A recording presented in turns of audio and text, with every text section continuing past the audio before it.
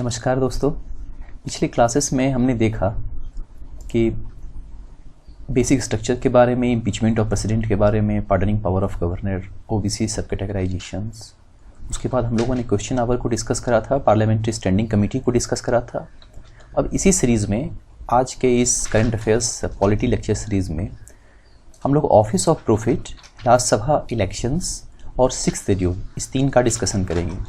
भले ही ये टॉपिक आपको तीन छोटी दिख रही हो, बट इससे रिलेटेड काफ़ी सारे कॉन्सेप्ट्स होंगे जिसे जानना बहुत ही ज़रूरी है। तो चलिए चलते हैं ऑफिस ऑफ प्रॉफिट के ऊपर। तो ऑफिस ऑफ प्रॉफिट जब हम लोग बात करेंगे तो सबसे पहले जानना चाहेंगे कि ऑफिस ऑफ प्रॉफिट कंसेप्ट क्या है। तो आप इसमें देखेंगे कि जो हमारा पॉलिटिकल स्ट्रक्चर है हमारे कंट्री में, वो सेपरेशन ऑफ पावर पे गवर्न करता है। सेपरेशन ऑफ पावर का मेनली मतलब ये है कि एग्जीक्यूटिव, जुडिशरी और लेजिस्लेचर, इन तीनों की पावर्स जो हैं वो सेपरेटेड होती हैं। और इसे इंश्योर करने के लिए अगर लेजिस्लेचर में जो एमपीज़ या एमएलएज हैं, अगर वो किसी ऑफिस ऑफ प्रॉफिट को हेल्ड करते हैं, मतलब किसी भी गवर्नमेंट के अंदर अगर किसी ऑफिस को वो हेल्ड करेंगे, तो ऐसा माना जाएगा कि वो अपने ड्यूटी को सही से इंडिपेंडेंट होकर जो लॉ मेकिंग की ड्यूटी है वो उसे डिलीवर नहीं कर पाएंगे। तो इसलिए इस उन्हें बिल्कुल इंडिपेंडेंस देने के लिए, लॉ बनाने में बिल्कुल उनकी आज़ादी होने के लिए, ऑफिस ऑफ प्रॉफिट जो है उसके अंदर वो किसी भी ऐसे पोस्ट को नहीं हेल्ड कर सकते हैं जिससे उन्हें कुछ पेक्यूलियरी गेन होता हो। तो इसका मतलब क्या है? क्या एमपीज़ और एमएलएज जो हमारे लेजिस्लेचर में होते हैं, तो क्या वो किसी भी पोस्ट को हेल्ड नहीं कर सकते? क्या ऐसी बात है? नहीं, इसमें भी बहुत सारे एक्सेप्शंस हैं। और इसमें हम लोग ये देखेंगे कि कॉन्स्टिट्यूशन ने क्या क्या प्रोवाइड कर रखा है और पार्लियामेंट ने क्या क्या प्रोविज़न कर रखा है जिससे ऑफिस ऑफ प्रॉफिट गवर्न होता है।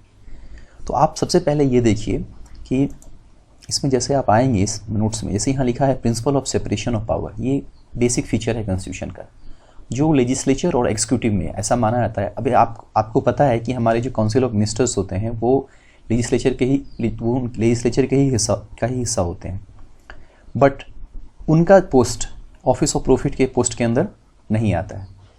इसी तरह अगर आप देखेंगे तो पार्लियामेंट में लॉ बनाया रखा है जिसमें प्रिवेंशन ऑफ डिस्क्वालिफिकेशन एक्ट 1959 है, जिसके अंदर जो पोस्ट डिक्लेयर्ड हैं वो सारे पोस्ट जो हैं वो डिस्क्वालिफिकेशन से एग्जम्प्टेड होते हैं।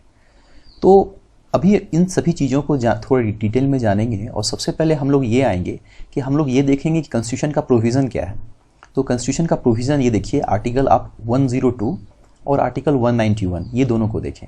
तो आर्टिकल 102 जो है वो मेंबर ऑफ पार्लियामेंट के लिए मीनिंगफुल है, और आर्टिकल 191 ये member of legislative assemblies, legislature के लिए मेंबर्स के ये एप्लीकेबल है। चलिए इन दोनों आर्टिकल पे डायरेक्टली हम चलते हैं।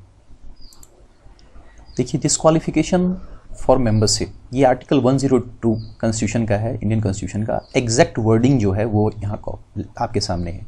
इसमें लिखा है, person shall be disqualified for being chosen as and for being a member of either house of Parliament if he holds any office of profit under the government of India or government of any state other than an office declared by parliament by law not to disqualify its holder।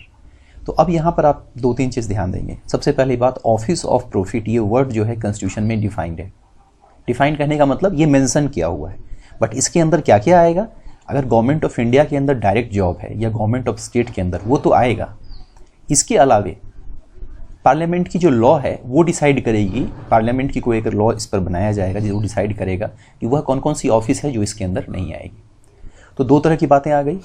एक तो parliament की वह law जो किस किस office को ये define कर रही है कि जो ऑफिस ऑफ प्रॉफिट के अंदर नहीं आता है, और इसमें पार्लियामेंट ने कुछ पोस्ट को डिक्लेयर कर रखा है लॉज के थ्रू, बट जो पोस्ट डिक्लेयर्ड नहीं है, जब उस पर उससे कोई भी मेंबर ऑफ लेजिस्लेटिव या पार्लियामेंट के कोई मेंबर उस पर जब होते हैं तो इश्यूज आता है और वो फिर इंटरप्रिटेशंस के लिए कोर्ट में चले जाता है। लास्ट टाइम आपने देखा होगा कि दिल्ली में जो अरविंद केजरीवाल गवर्नमेंट है उसके जो मेंबर ऑफ लेजिस्लेटिव असेंबली थी, दिल्ली लेजिस्लेटिव असेंबली के, उन्होंने कुछ पोस्ट को हेल्ड कर रखा था और वो फिर कोर्ट में गई थी और फिर सुप्रीम कोर्ट ने उस पर अपना जजमेंट दिया था कि वो ऑफिस ऑफ प्रॉफिट के अंदर आएगा या नहीं आएगा। तो इस तरह की प्रॉब्लम्स लगी रहती है कि ऑफिस ऑफ प्रॉफिट के अंदर क्या आएगा। तो अभी का जो न्यूज़ है इसमें वो ये कह रहा है कि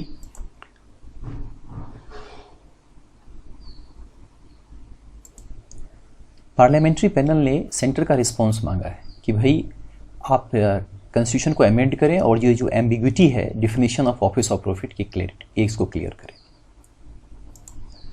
देखो ऑफिस ऑफ प्रॉफिट जो है वो कॉन्स्टिट्यूशन में मेंशन्ड है बट डिफाइन नहीं है। मैंने अभी आपको दिखाया था कॉन्स्टिट्यूशन पर ले जाकर कि उसमें मेंशन है ऑफिस ऑफ प्रॉफिट बट वो डिफाइन नहीं कौन कौन सी ऑफिस उसके अंदर आएगी। या representation of people act RP act जो है 1951 इसमें भी। अच्छा यहाँ पर एक बात और है, ये रिप्रेजेंटेशन ऑफ पीपल एक्ट जब यहाँ आता है तो हम लोग जैसे अभी पिछले हमने कॉन्स्टिट्यूशन में जाकर अगर आप देखेंगे तो उसमें जितनी भी गाइडलाइंस है मेंबर ऑफ पार्लियामेंट्स के लिए, चाहे वो उनकी इलेक्शंस को लेके या और जो भी उनके सारे प्रोसेस को लेके, तो रिप्रेजेंटेशन ऑफ पीपल एक्ट 1950 और रिप्रेजेंटेशन ऑफ पीपल एक्ट 1951 के द्वारा ये गवर्न होता है। तो इसको भी हम लोग अभी जस्ट थोड़ा सा देखेंगे। तो आप एक चीज़ क्लियर हो गया कि ऑफिस ऑफ प्रॉफिट जो है वो कॉन्स्टिट्यूशन के अंदर मेंशन्ड है बट डिफाइंड नहीं है और इसलिए ये इश्यूज बार बार आती रहती है। अब अगर आप देखें तो ये सुप्रीम कोर्ट प्रद्युत बोरोदोई वर्सेस स्वपन रॉय वाले केस में 4 ब्रॉड प्रिंसिपल्स आउटलाइन कर रखी है 2001 में कि क्या ये गवर्नमेंट के द्वारा डायरेक्ट कंट्रोल अपॉइंटमेंट होता है या रिमूवल इसका होता है, रिम्यूनरेशन पे होता है, ये सब दे रखा है। स्टिल इसके बावजूद भी फिर भी कोर्ट में ये मैटर जाती है और इंटरप्रिटेशंस में फिर ये आती है। तो ये आर्टिकल 102 जो बताता है कि ऑफिस ऑफ प्रॉफिट के बारे में, इसका हम लोगों ने जाकर देखा। तो ये 102 में हम लोगों ने देखा ऑफिस प्रॉफिट। देखो इसमें और भी बहुत दिया है कि इसमें क्या क्या डिस्क्वालिफिकेशन के रूल्स होंगे। या तो वो अनसाउंड माइंड का नहीं डिक्लेयर नहीं हो, या फिर वो अनडिस्चार्ज इंसॉल्वेंट नहीं हो, या किसी दूसरे देश का सिटीजनशिप ना लिया हो। और एक देखो यहाँ इंपॉर्टेंट है, डिस्क्वालिफाइड बाय और under any law made by the parliament. तो इसी के अंदर पार्लियामेंट ने लॉ बनाया है और लॉ बनाकर, जैसे कि अभी आप देखोगे कि पार्लियामेंट के अंदर जो लॉ है रिप्रेजेंटेशन ऑफ पीपल एक्ट है, वो बहुत सारे क्वालिफिकेशन और डिस्क्वालिफिकेशन के बारे में बात करती है। रिप्रेजेंटेशन ऑफ पीपल एक्ट 1951 और बहुत ये ऑफिस ऑफ प्रॉफिट के से रिलेटेड भी पार्लियामेंट ने लॉ बना कर रखा है। इसमें उसने कुछ ऑफिस को एग्जम्प्ट कर रखा है ऑफिस ऑफ प्रॉफिट से। ठीक है, तो ये देखो यहाँ पर आपको ये देखो कॉन्स्टिट्यूशन के एग्जैक्ट प्रोविजंस में ये लिख रखा है कि अगर पार्लियामेंट भी कोई लॉ बनाती है डिस्क्वालिफिकेशन के लिए तो उसके अंदर भी ये गवर्न होगा, ये आर्टिकल वहाँ से भी अपनी पावर को ड्रॉ करेगा।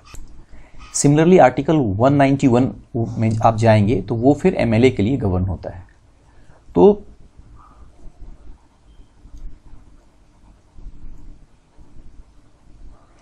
एक बार हम लोग रिप्रेजेंटेशन ऑफ पीपल एक्ट 1951 को भी देखेंगे। ठीक है, देखो ये रिप्रेजेंटेशन ऑफ पीपल एक्ट 1951 है। इसमें देखो अगर आप देखो पार्ट 2 में, देखो पार्ट 2 में यहाँ लिख रखा है,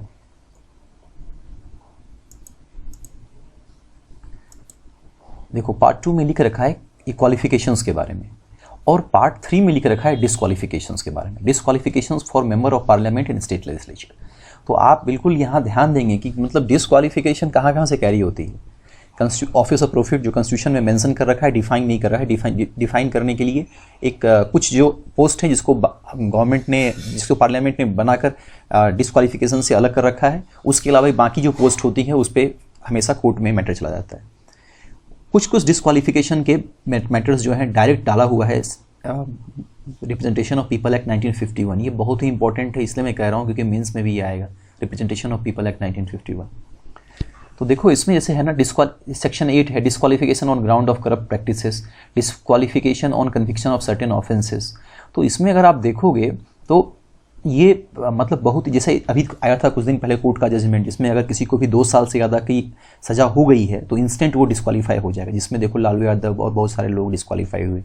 तो ये जो है ना, ये जो सेक्शंस है इसको अलग से हम लोग डील करेंगे जब रिप्रेजेंटेशन ऑफ पीपल एक्ट 1951 को डील करेंगे।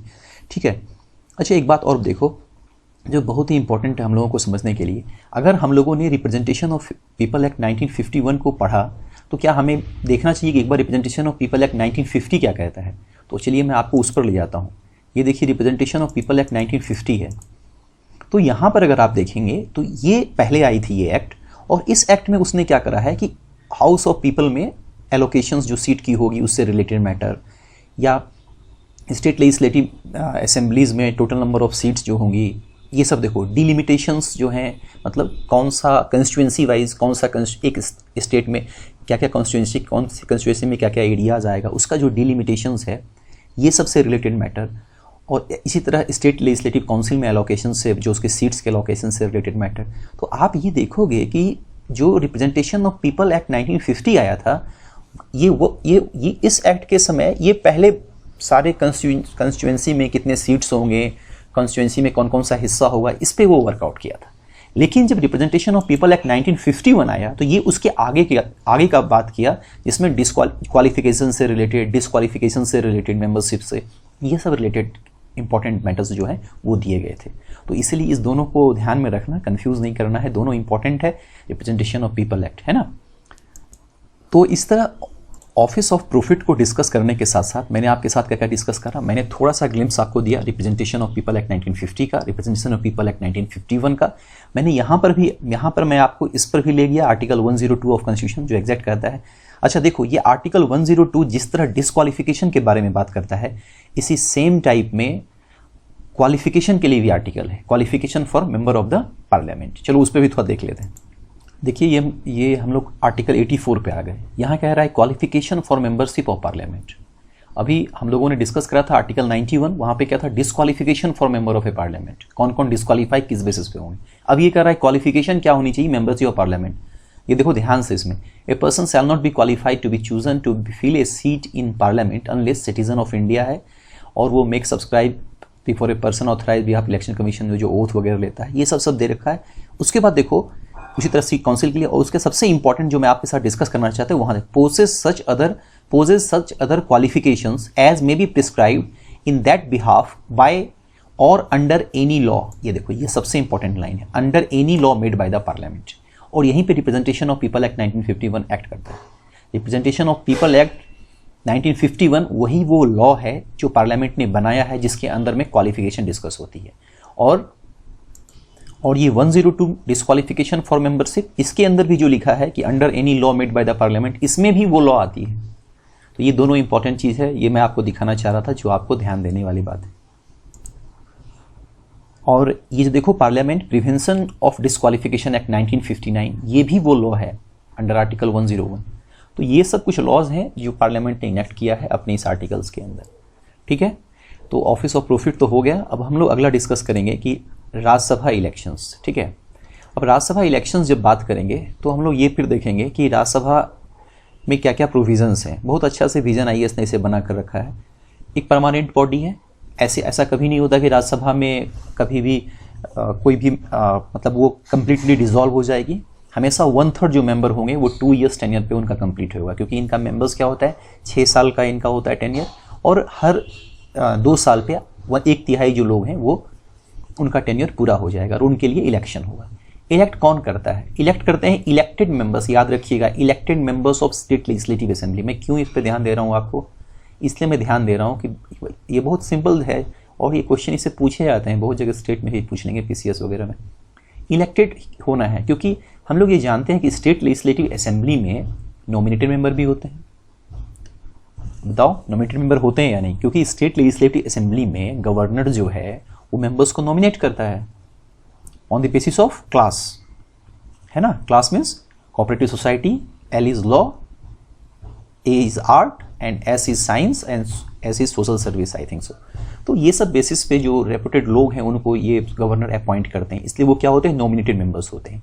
तो जब भी राज्यसभा का इलेक्शन होगा तो वो नॉमिनेटेड मेंबर फाइट नहीं करेंगे, वो नॉमिनेटेड मेंबर अपने वोट नहीं डालेंगे, सिर्फ इलेक्टेड मेंबर ही वोट डालेंगे। ये बिल्कुल ध्यान रखिएगा, इलेक्टेड वर्ड, बिल्कुल ठीक है। मेथड क्या होगा, proportional representation by means of single transferable vote. देखो अभी अगर हम लोग जब लोकसभा के लिए अपने MP को चुनते हैं तो उसमें first past the post system use करते हैं। उसमें क्या होता है, हम लोग सारे लोग एक एक वोट डालते हैं, और जिस कैंडिडेट को सबसे ज़्यादा वोट मिलता है, चाहे वो कितना भी % हो, वो डिक्लेयर हो जाता है winner. But proportional representation by means of single transferable vote वो नहीं है। इसमें सारे जो वोटर्स होंगे वो अपनी प्रायोरिटीज़ देते हैं कि नंबर 1 प्रायोरिटी पे ये हमारा कैंडिडेट है, नंबर 2 प्रायोरिटी पे ये है, और उसके बाद प्रोपोर्शनल बेसिस पे उनका सिलेक्शन होता है। याद रखिएगा, ये proportional representation bye means of single transferable vote के थ्रू राज्यसभा का इलेक्शन होता है। ठीक है, कॉन्स्टिट्यूशनल बेसिस क्या है? राज्यसभा में क्या है, सीट एलोकेशन जो हुआ है वो शेड्यूल 4 के थ्रू हुआ है। ठीक है, अब अगर शेड्यूल 4 की बात करते हैं तो एक बार हम लोग चलेंगे शेड्यूल 4 को देखने के लिए। ठीक है, तो ये तो आपको पता है कि कॉन्स्टिट्यूशन जो हमारी पूरी बुक है उसमें क्या होता है, पहले क्या है, कुछ हिस्सों में, कुछ में हम लोग बोलते हैं पार्ट्स, जैसे उसमें पार्ट 1, पार्ट 2, पार्ट 3, पार्ट 4 ऐसे करके पूरा है, और बाद में फिर क्या है, शेड्यूल्स हैं। तो पूरे कितने 11 शेड्यूल्स हैं शायद।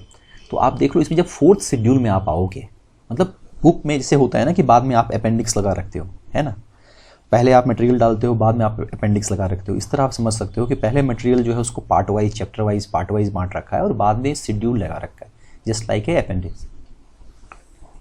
तो इसमें 4th शेड्यूल में जब आओगे तो आप देखो लिखा है ना कि आर्टिकल 4(1) एंड 82, अगर इस दोनों आर्टिकल के थ्रू जब जाओगे तो उसमें दिया है allocation for seats in council of state.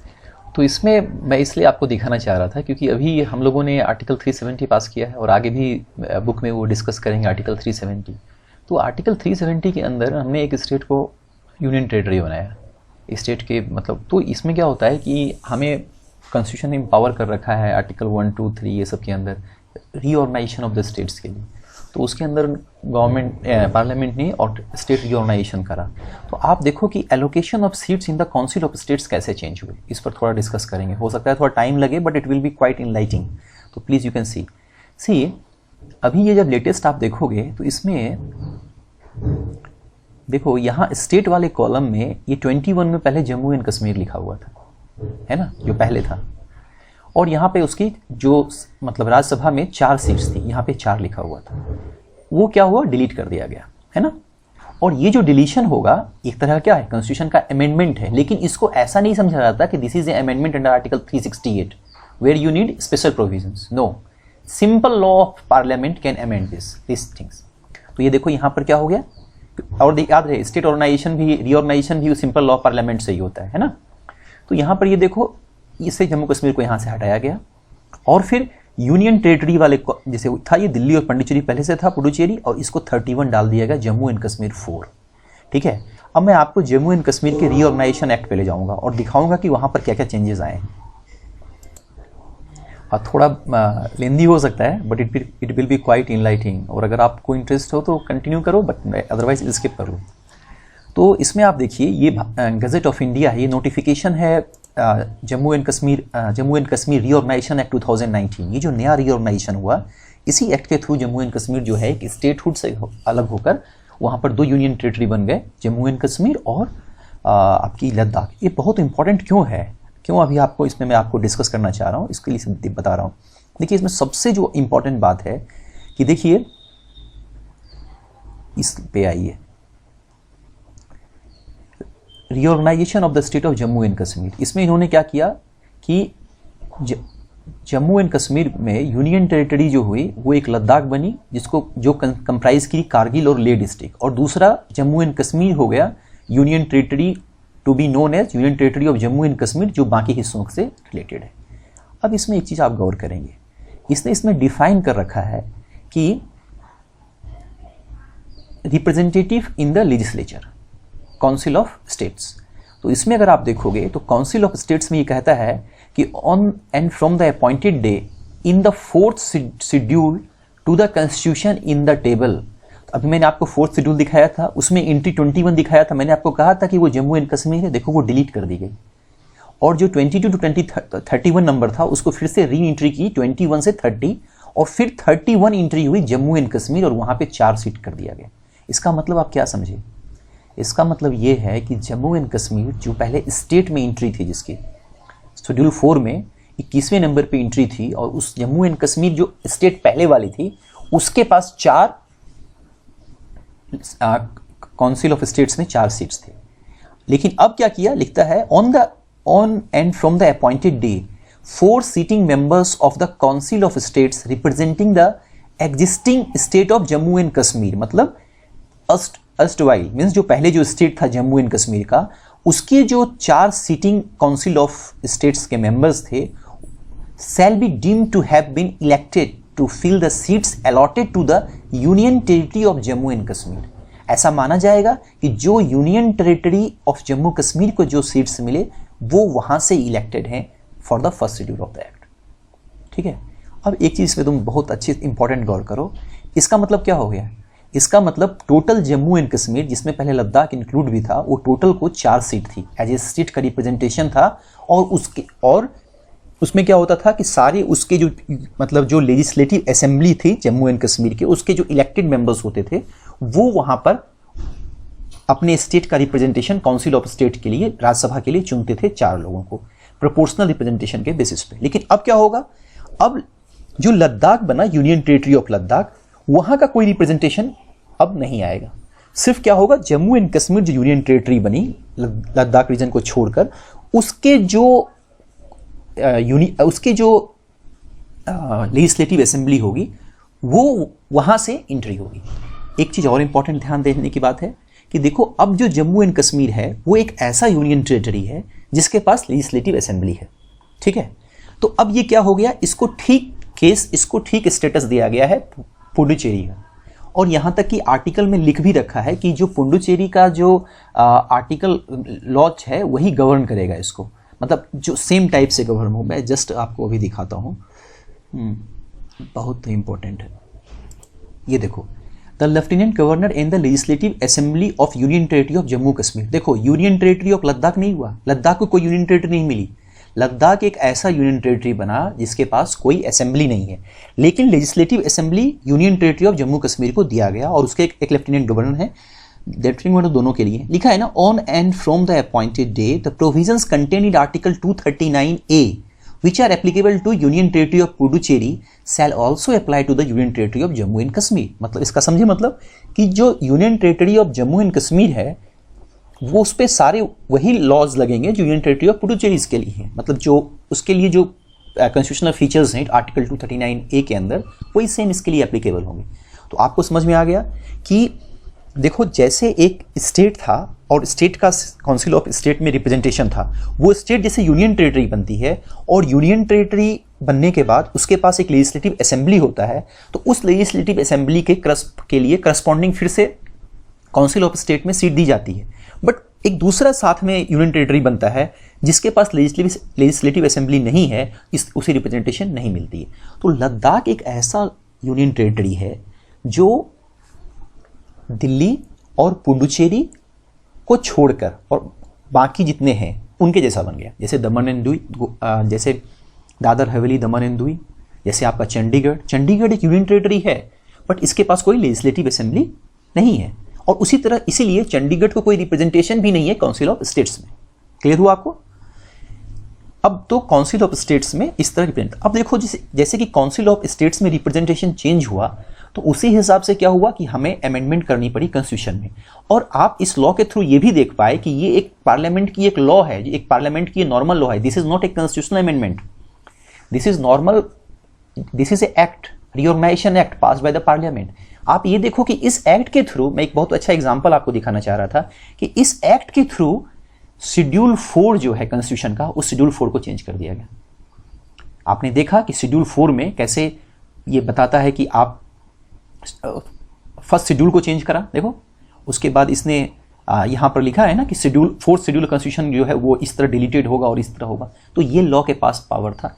तो एक इससे आपको ये भी चीज़ पता चला कि हम लोग जो कॉन्स्टिट्यूशन का अमेंडमेंट पढ़ते हैं कि कुछ कुछ चेंजेस कॉन्स्टिट्यूशन में ऐसे होते हैं जिसके लिए अंडर आर्टिकल 368 जो फीचर्स है वो यूज़ करने की ज़रूरत नहीं पड़ती है और उसके अंदर का अमेंडमेंट नहीं समझा जाता है। उसका भी एक छोटा सा एग्जाम्पल है जो स्टेट रिकॉग्नाइजेशन एक्ट और ये सारा। तो ठीक है, ये आपने देखा कि कैसे स्टेट। एक चीज़ और देखो, ठीक उसी तरह हाउस ऑफ पीपल में देखो, तो हाउस ऑफ पीपल में जो सीट देनी थी, तो हाउस ऑफ पीपल का जो इलेक्शंस होता है जो मेंबर्स का, उनका मेंबर्स का जो है वो नॉर्मल पीपल डायरेक्ट इलेक्ट करती है। तो यहाँ पर देखो जम्मू एंड पहले टोटल जम्मू एंड कश्मीर जो पहले टोटल स्टेट थी उसके पास 6 सीट्स थी और अभी क्या हो गया, 5 सीट दिया है, 5 सीट दिया union territory of Jammu Kashmir को और 1 सीट दिया यूनियन टेरिटरी ऑफ लद्दाख को। क्योंकि सारे लोग चाहे वो कहीं पर भी हों वो अपने रिप्रेजेंटेटिव को तो चुनेंगे, मेंबर ऑफ लोकसभा को, member of people, house of people को तो चुनेंगे ना। तो इसलिए उनके ये देखो यूनियन टेरिटरी ऑफ लद्दाख को भी मिला, लेकिन यूनियन टेरिटरी ऑफ लद्दाख को रिप्रेजेंटेशन नहीं मिला हाउस ऑफ कॉमन्स में, अपर हाउस में। इसलिए नहीं मिल पाया क्योंकि उसकी अपनी लेजिस्लेटिव असेंबली नहीं है। तो आपने बहुत सारी चीज़ों को देखा बहुत नज़दीक से, बहुत बारीकी से, कैसे कैसे चेंज हुआ है। तो ये तो आपका पूरा क्लियर हो गया कि 4th शेड्यूल में जो है वो मैं क्लियरली दिखा लिया। मैंने आपको ये भी दिखाया कि कैसे 4th शेड्यूल में जो सीट अलॉकेटेड था वो चेंज हुआ, और चेंज होने के लिए कॉन्स्टिट्यूशनल अमेंडमेंट की ज़रूरत भी नहीं पड़ी, नॉर्मल लॉ से हो गया। ये सारा जो आप देखे हैं ये सब क्या है, ये आप रीऑर्गेनाइजेशन एक्ट के थ्रू इसका एग्जाम्पल भी देखे है कि नहीं। अब देखिए कॉन्स्टिट्यूशनल बेसिस जो आर्टिकल 80 है उसके अंदर एक टोटल स्ट्रेंथ बता रखा है कि 250 है, लेकिन मैं आपको बताऊं कि ये टोटल मैक्सिमम स्ट्रेंथ पॉसिबल है 250 में, बट करंट जो हमारी अपर हाउस की स्ट्रेंथ है वो 245 ही है। क्यों है 245? क्योंकि इसको इस तरह डिवाइड कर रखा है कि 229 जो है हमारे सारे स्टेट्स के सीट्स हैं, जो अभी मैंने आपको दिखाया शेड्यूल 4 के अंदर। उसके बाद दिल्ली को 3 दे रखा है, और पुडुचेरी में लेजिस्लेटिव असेंबली है तो उसको भी 1 दे रखा है, तो 4 हो गए। तो कितने हो गए? 233 हो गए। इसके अलावे 12 जो नॉमिनेटेड मेंबर्स होते थे, और इन नॉमिनेटेड मेंबर्स के लिए क्या होती है conditions, law, art, science and social service. तो ये जो फील्ड से लोग होंगे उनसे 12 लोगों को प्रेसिडेंट नॉमिनेट करते हैं, 12 लोगों को। तो 233 प्लस 12 245 टोटल हो गए। तो आपको ये ध्यान देना है कि और जितने भी यूनियन टेरिटरीज हैं, लद्दाख, दादर हवेली, दमन द्वीप और पुडुचेरी नहीं, ये आपका चंडीगढ़, और भी जितने सारे हैं, लक्षद्वीप, अंडमान निकोबार, ये सारे में रिप्रेजेंटेशन, ये आपके राज्यसभा में रिप्रेजेंटेशन नहीं है। टर्म्स जो है 6 ईयर्स है। अच्छा, एक ये क्वेश्चन बार बार यूपीएससी पूछता है कि अगर कोई बाई इलेक्शन होता है और कोई किसी कारण से कोई मेंबर अपने सीट उसकी छूट जाती है, तो जब बाई इलेक्शन होगा तो उसके बाद जो भी मेंबर्स आएंगे वो फुल टाइम जो बचे हुए टेन्योर हैं उसके लिए ही बनेंगे। ये ध्यान देनी, ठीक है। अब देखो मैंने आपको बताया ये आर्टिकल 84 ये क्वालिफिकेशन के लिए है, ये कॉन्स्टिट्यूशन का है। तो कॉन्स्टिट्यूशन ने क्या करा है कि चाहे वो मेंबर ऑफ लोकसभा हो या मेंबर ऑफ राज्यसभा हो, सभी के लिए, या लेजिस्लेटिव असेंबली, सभी के लिए कुछ क्वालिफिकेशन खुद डिक्लेयर कर रखा है। जैसे वो सिटीजन ऑफ इंडिया होनी चाहिए, उसकी पर्टिकुलर एज है, जैसे कि लोकसभा के लिए या लेजिस्लेटिव असेंबली के लिए 25 साल है, और राज्यसभा के लिए या फिर आपका अपर हाउस ऑफ क्या बोलते हैं कॉमन्स के लिए 30 ईयर्स है। ये तो उन्होंने मेंशन कर रखा है, इस तरह की और भी कुछ देर मेंशन कर रखा है। बट इसके अलावा उन्होंने पार्लियामेंट को भी ये प्रिस्क्राइब करा कि पार्लियामेंट भी कुछ क्वालिफिकेशन लॉ बनाकर प्रिस्क्राइब कर सकता है, ठीक है। तो इसी के अंदर हमने देखा था रिप्रेजेंटेशन ऑफ पीपल एक्ट 1951, जो मैंने जस्ट अभी डिस्कस करा था। लिंक सारे जितने भी मैं डिस्कस कर रहा हूँ सारे के लिंक नीचे मैं कमेंट में दे रखा हूँ, आप चाहो तो वहाँ से डाउनलोड करो और खुद पढ़ाई कर लो, है ना। तो इस तरह आपका 2 इंपॉर्टेंट चीज़ डिस्कस हो गया। समय तो काफ़ी हो गया है, 28 मिनट्स हो गए। तो इसके बाद अगला आता है सेंटर स्टेट रिलेशंस। ये खुद से अलग से 15 मिनट समय लग जाएगा, 10 मिनट तो एटलीस्ट लगेगा। इसलिए हम लोग सेंटर स्टेट रिलेशंस जो है अगले उसमें एपिसोड में करते हैं, अगले सीरीज में करते हैं। Thank you. अगर पसंद आ रहा है हमारा चैनल और अगर आप चाहते हैं कि जो भी वीडियोस बने उसकी इन्फॉर्मेशन डायरेक्टली आप तक पहुंचे, तो प्लीज़ लाइक करिए, सब्सक्राइब करिए, अपने दोस्तों के साथ शेयर करिए, और नीचे कमेंट में हमने कुछ क्वेश्चंस भी दे रखा है गूगल शीट में, उसे आंसर करने की कोशिश कीजिए। वो बताएगा कि आपकी अंडरस्टैंडिंग कैसे डेवलप हो रही है। Thank you.